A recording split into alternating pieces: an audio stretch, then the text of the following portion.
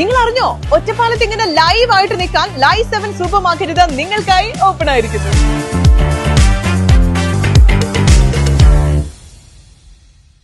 റോഡിന്റെ തകർച്ച ദുരിതത്തിലായി 50ഓളം കുടുംബങ്ങൾ. ഒറ്റപ്പാലം പള്ളം റോഡ് യാത്രായോഗ്യമാക്കണമെന്ന ആവശ്യം ശക്തം. ചെറിയ ഇടുങ്ങിയ റോഡിന്റെ പകുതി ഭാഗം റെയിൽവേ മതിൽ കെട്ടാൻ ഏറ്റെടുത്തു. ബാക്കിയുള്ള ഭാഗം തകർന്നതോടെ 50ഓളം കുടുംബങ്ങളാണ് കഷ്ടത്തിലായത്.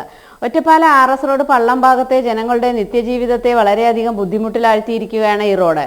റെയിൽവേ ട്രാക്ക് ക്രോസ് ചെയ്തു വേണം ഇവർക്ക് വീടുകളിലെത്താൻ. റോഡിന്റെ അവസ്ഥയാണെങ്കിലോ ഏറെ പരിതാപകരം. മഴ കനത്തപ്പോൾ റോഡ് തോടായി മാറി. റോഡിലെ കുഴികളും തകർച്ചയും കാരണം ഇരുചക്ര വാഹനങ്ങൾ പോലും കടന്നു പോകുന്നത് ഏറെ ബുദ്ധിമുട്ടിയാണ്. ഓട്ടോറിക്ഷകൾ വിളിച്ചാൽ ഈ വഴി വരില്ല.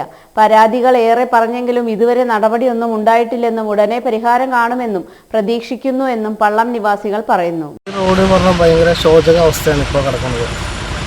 വീതി കമ്മിയായിട്ട്, വളരെ വീതി കമ്മിയായിട്ടാണ്. നമുക്ക് യാത്രാ സൗകര്യം ഭയങ്കര ബുദ്ധിമുട്ടാണ്. സ്കൂൾ കുട്ടികൾക്ക് ഇതുകൂടെ പോകാനോ ഒന്നും സാധ്യമല്ല. 1.5 കിലോമീറ്ററോളം നടന്നിട്ട് വേണം വണ്ടി വരാൻ. പിന്നെ ഹോസ്പിറ്റൽ കേസിനൊക്കെ ഭയങ്കര ബുദ്ധിമുട്ടാണ് അനുഭവിക്കുന്നത്. കയറ്റി പിടിച്ചിട്ടൊക്കെയാണ് നമ്മൾ ഇവിടുന്ന് കൊണ്ടുപോകുന്നത്. അപ്പോൾ ഇതിന് ഒരു നടപടി ഉടനെ ഉണ്ടാക്കി തരാൻ ഞങ്ങൾ കുറേ പറയണതും ആരും കേൾക്കുന്നില്ല. മുനിസിപ്പാലിറ്റി കംപ്ലൈൻറ്റ് ഇപ്പോൾ കൊടുത്തിട്ടുണ്ട് അടുത്ത്.